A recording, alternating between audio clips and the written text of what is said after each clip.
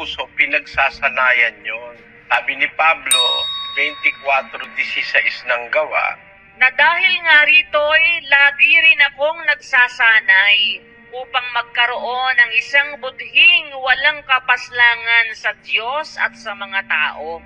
kasi ang tao naging makasalanan.